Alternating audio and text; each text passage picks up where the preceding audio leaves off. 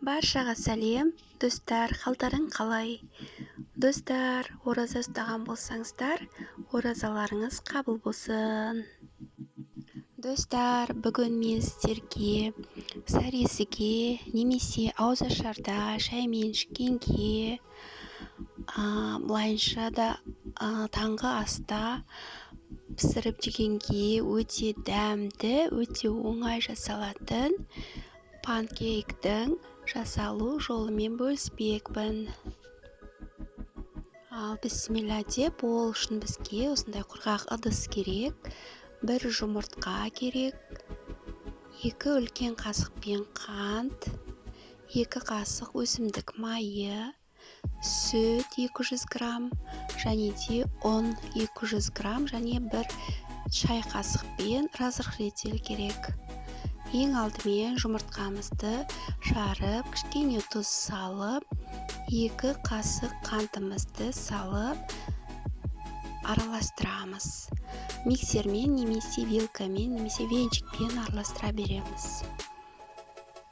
Тұзымыз, қантымыз ерігенше, сондан соң сүтіміздің жартысын құйып, тағда жақсылап араластырамыз. Бұл панкейктің жасалуы өте оңай, блины сияқты, бірақ блинидан да оңай жасалады.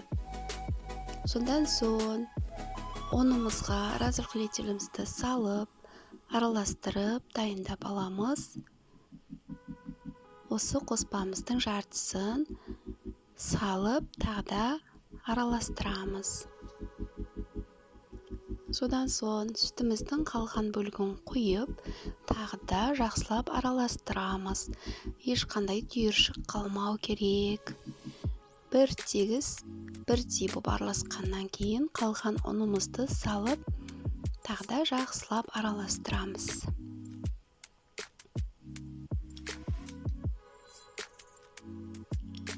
Описаниеге мөлшерлерінің бәрін жазып кететін боламын рецепттің.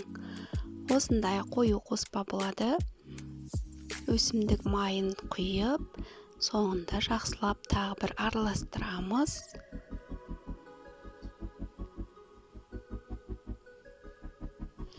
Енді осы қоспамызды алып, сразу пісіре береміз. Мұны осындай қоюлау болады, өте сұйық емес, өте қою емес қоспа болады.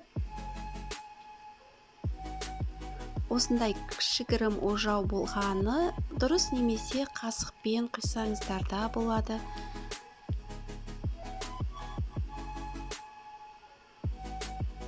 Табамызды қыздырып, жай отқа осылай асықпай пісіреміз. Жай отта піссе, арасы шикі болмайды. Егер кішкене отты қатты қойсаңыздар, асты күйіп кетіп, үсті піспей қалып, сосын пісіру өте қиын болады. Сондықтан жай отта асықпай пісіру керек. Осылай құйып алғаннан кейін, осындай беті кеуіп бастағанда уже асты піскен болады. Енді аудара берсек болады.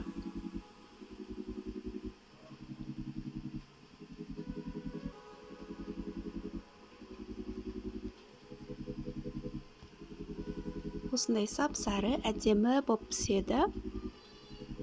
Осылай біздің панкейктарды пісіріп аламыз. Осындай точка-точка болып, беті құрғап, әдеміленіп бастайды.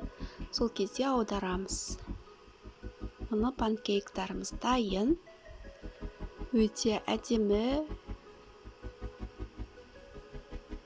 сап-сары, өте әдемі болып піседі. Содан соң бетін әртүрлі сәндеуге болады.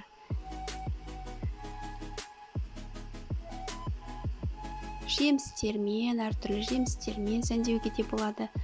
Мен шоколад болды, сол шоколадымды ертіп, осылай құйып шықтым. Осылай сәндесеңіздер де болады. Бұл панкейктің өзін жегенде кішкене құрғақ болады. Сондықтан шоколадпен, немесе вареньемен, немесе сгущенкамен, қойылтылған сүтпен жесеңіздер өте дәмді кетеді. Бұл панкейкті тағда ішіне шоколад салып пісіруге де болады. Онда өте әдемі, ішінде шоколадты қоспа өте керемет болып шығады. Достар, осы рецепт бойынша міндетті түрде жасап көріңіздер. Сіздерге ұнайды деп ойлаймын. Видео ұнаса лайк басып, комментарий жазып кетейік. Рахмет.